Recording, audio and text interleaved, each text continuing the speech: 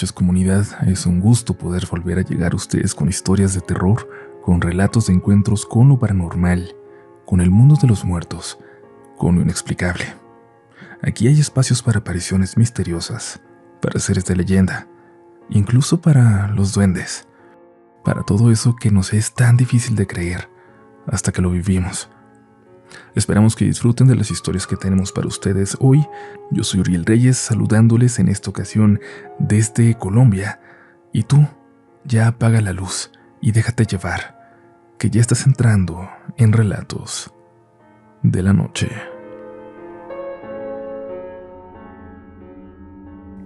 Hola, comunidad Relatos de la Noche. Mi nombre es Mónica. Soy de origen venezolana, pero actualmente me encuentro en Madrid, España. Soy fiel seguidora del canal desde hace 4 años y no me pierdo nunca de ningún episodio. La siguiente historia no me sucedió a mí, sino a mi hermana mayor. Ella actualmente tiene 28 años, pero cuando le ocurrió esto tenía apenas 18. Ella me lo contó a mí, y yo se las hago llegar a ustedes. Como les digo, mi hermana tenía 18 años cuando se enamoró de un hombre 21 años mayor, y tuvo muchos problemas con nuestra familia, ya que mis padres evidentemente no lo aceptaban. Mi hermana, en su momento de rebeldía, se fue de nuestra casa y pasó a vivir a casa de mis abuelos maternos. Esa casa está llena de relatos raros, desde los normales que en ese entonces nos asustaban, como ver murciélagos volando por toda la casa, hasta los más difíciles de explicar, como sombras que se veían correr o mirarte entre los pasillos. Mi hermana vivió ahí 1 año, y los primeros meses fueron geniales al lado de mis abuelos, tranquilos y hasta felices. Hasta que un día por la mañana, a las 5, mientras se alistaba para ir a la universidad, desde el oscuro fondo de la casa, escuchó unas risas como de niños.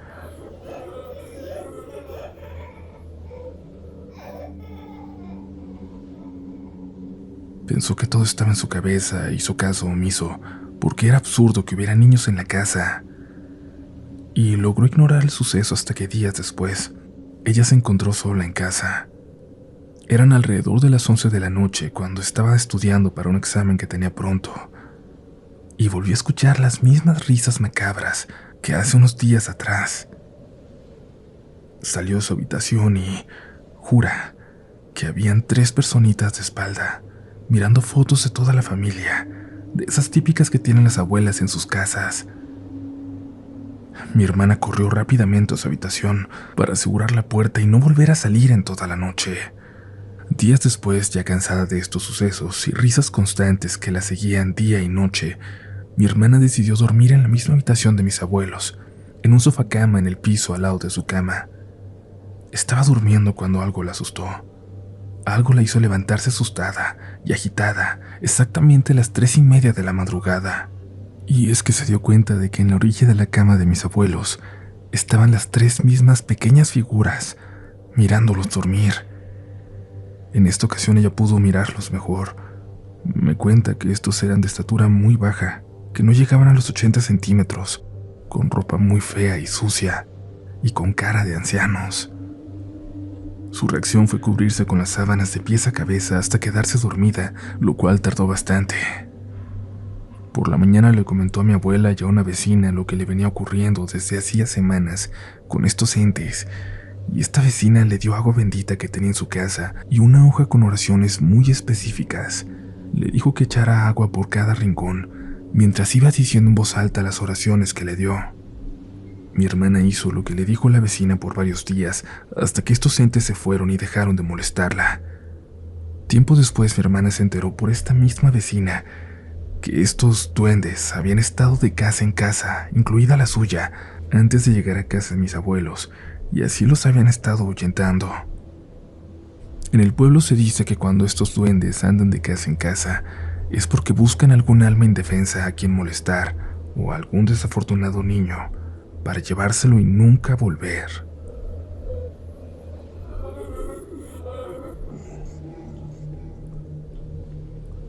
Esta historia le ocurrió a mi tío, alguien que suele manejar siempre a alta velocidad, aunque nunca había tenido un accidente, hasta esta noche. Ocurrió en el único camino que hay para llegar a nuestro pueblo, uno que hemos transitado desde siempre. Por eso conocemos todas las historias que rodean el lugar. Cada accidente en ese tramo es catastrófico. Las historias van desde una quinceañera fallecida en ese tramo hasta combis de transporte público accidentadas, con todos los pasajeros fallecidos. A simple vista no parecería un tramo peligroso. Es una recta de algunos kilómetros. Hay 2 carriles, uno de ida y uno de vuelta, y no tiene más división que unas líneas. No hay topes ni más baches de lo normal. Sin embargo, la cantidad de accidentes de ese tramo es superior a cualquier otro de esta carretera, la Yecapixtla o Huituco, en el estado de Morelos. Los lugareños la conocen como la carretera de la muerte. Incluso los periódicos locales la nombran así. El suceso que quiero narrarles ocurrió de madrugada. Mi tío conducía como siempre a toda velocidad por ese tramo, pero de pronto sintió que algo no andaba bien, como si tuviera el presentimiento de que algo estaba a punto de pasar. Casi de inmediato perdió una llanta que salió disparada a toda velocidad. Perdió el control de su camioneta, un vehículo de carga que solo puede llevar 2 personas en la cabina y tiene la caja descubierta en la parte trasera. Mientras intentaba controlar su vehículo, en esos instantes de terror, dice que pudo ver mucha gente parada sobre la carretera. Dice que lo veían mientras su camioneta volcaba. Eran hombres, mujeres y niños, quienes simplemente le miraban, inmóviles. Su punto de quiebra fue darse cuenta de que estas personas estaban ensangrentadas. Soltó el volante, incapaz de seguir controlando su camioneta, y escuchó gritos de terror por todos lados. Primero pensó que era él quien gritaba, pero luego notó que los gritos venían de todas partes. Alaridos de hombres y mujeres, llantos de dolor, de desesperación. De alguna forma lograba verlos completamente definidos, como personas reales, pero siguió dando volteretas y escuchaba los cristales romperse, los fierros retorcerse con cada impacto contra el pavimento. Solo pudo rezar y pedirle a Dios que lo ayudara. Le decía que no era su momento, que tenía que vivir por sus hijos, que estaban aún muy pequeños. Con toda su fe oró, y de un momento a otro la camioneta por fin dejó de rodar. Dejó de escuchar los gritos. De nuevo estaba solo en esa carretera rural, sin iluminación, en completa oscuridad, totalmente solo. Bajó de la camioneta seguro de que estaba gravemente herido y que en cuanto la adrenalina se fuera sentiría el dolor. Estaba aturdido, temblando de miedo. Como pudo, se recostó recargándose en la llanta delantera de su camioneta y cerró los ojos. No sabe cuánto tiempo pasó cuando lo despertó una voz que le decía: amigo, amigo, amigo. Hey, amigo, ¿está bien? Mi tío, seguro de que algo terrible le había pasado, le preguntó al señor si se veía muy mal, si creía que se podía salvar. El señor lo miró raro, pensando que estaba borracho seguramente. Mi tío se levantó con ayuda del señor y se dio cuenta de que no estaba herido. Su camioneta estaba intacta, salvo la llanta que se le había salido, pero los cristales estaban bien, la carrocería igual. Parecía que solo había derrapado y se salió del camino. El lodo y la hierba lo detuvieron pronto, ni siquiera había chocado con algún árbol. Al ver todo esto se quedó impactado. Estaba seguro de que había tenido un accidente catastrófico. Estaba seguro de que había estado al borde de la muerte, y por eso había podido ver a los espíritus que ahora habitan en la carretera. Sintió como su camioneta daba vueltas en el aire, escuchó los cristales romperse. Por eso le había pedido a Dios que no acabara así, que no fuera ese su último suspiro. Sin embargo, no había evidencia de nada más que una llanta zafada y su posterior derrape hasta la maleza. Hasta el día de hoy no sabe qué pasó, si Dios lo salvó en ese último instante, si se desmayó por el susto de la llanta, lo cual es improbable ya que es un hombre muy valiente, del tipo que en su juventud montaba toros por diversión. La hipótesis que tenemos nosotros al respecto es que al momento de que la llanta salió disparada de su camioneta y perdió el control, entró por un momento en un mundo paralelo, en un plano paralelo, donde están los espíritus atrapados en esa carretera.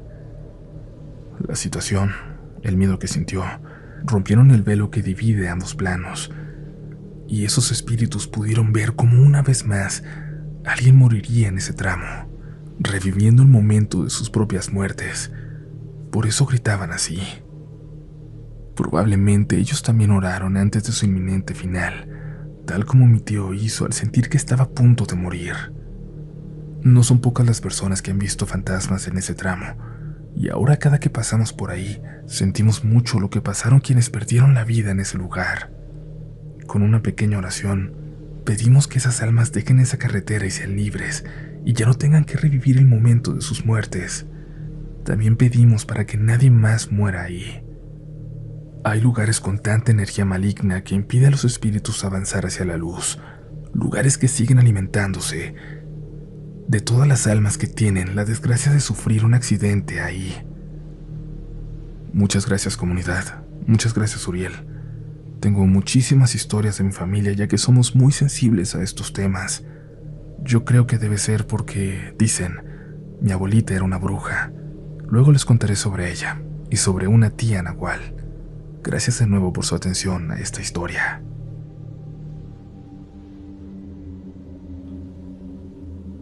Hola canal, mi nombre es Brian Moreno y soy de Colombia. Tengo 32 años. Me han gustado mucho sus narraciones y me han hecho recordar algo que me traumatizó de pequeño y me gustaría contarlo.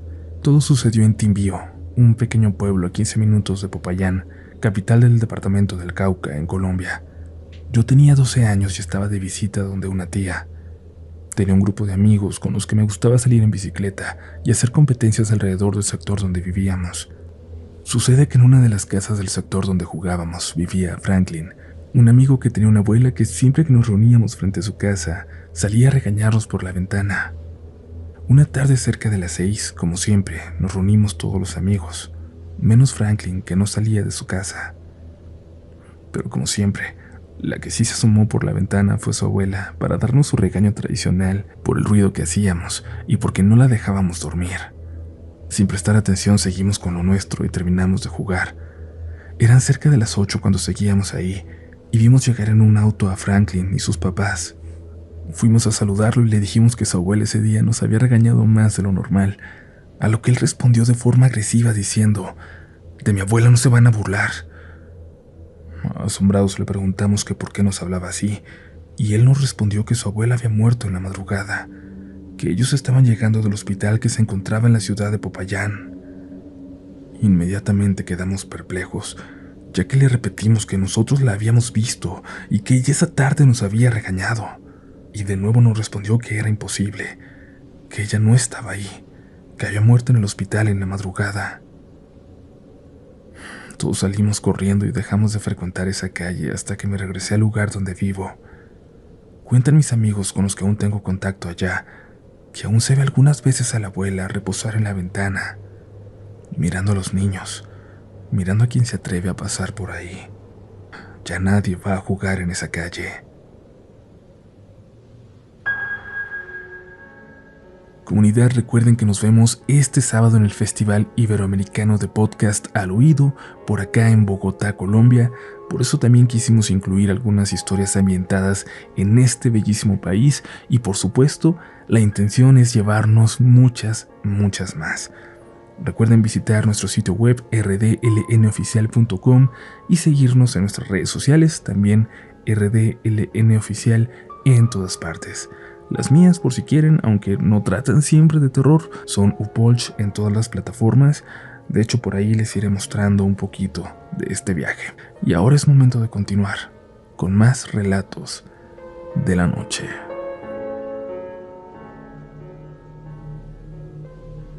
Hola, soy de la ciudad de Barranquilla, Colombia, pero vivo en Bogotá y soy parte de la comunidad desde hace mucho, pero justo hoy estaba escuchando un capítulo de cosas que pasan en carreteras y recordé algo que me ocurrió hace unos meses. Un fin de semana estuve en una cabaña en la playa. Era de un chico con el que salía, cerca de Barranquilla. No nos quedamos a dormir porque sus tíos también estaban en el lugar y no había espacio suficiente para todos, así que decidimos volver a casa tipo 2 o 3 de la madrugada. Pedimos un Uber porque él había estado bebiendo y no habíamos llevado coche. Usualmente para ir de ese lugar a Barranquilla hay varias rutas, aunque uno siempre toma la principal. Pero ese día el Uber preguntó que si nos íbamos por ahí o por la vía Salgar. Y este muchacho, sin pensarlo, contestó que por Salgar. La verdad, de esa vía se escuchan muchas historias. Yo he crecido escuchándolas. La más famosa es la novia de Puerto. Cualquiera que haya crecido cerca de la zona la conoce. Es la historia de una mujer vestida de novia que le sale enfrente a los carros muy tarde en la noche y causa accidentes. Y creo que esto es algo normal que se cuente de carreteras solas o alejadas. Me he dado cuenta escuchando el podcast, pero yo la verdad nunca había tenido que vivir algo así. Quizás porque en general en mi vida no salgo de noche por esos rumbos. Pero ese día nos montamos al Uber sin siquiera pensar en esos cuentos populares.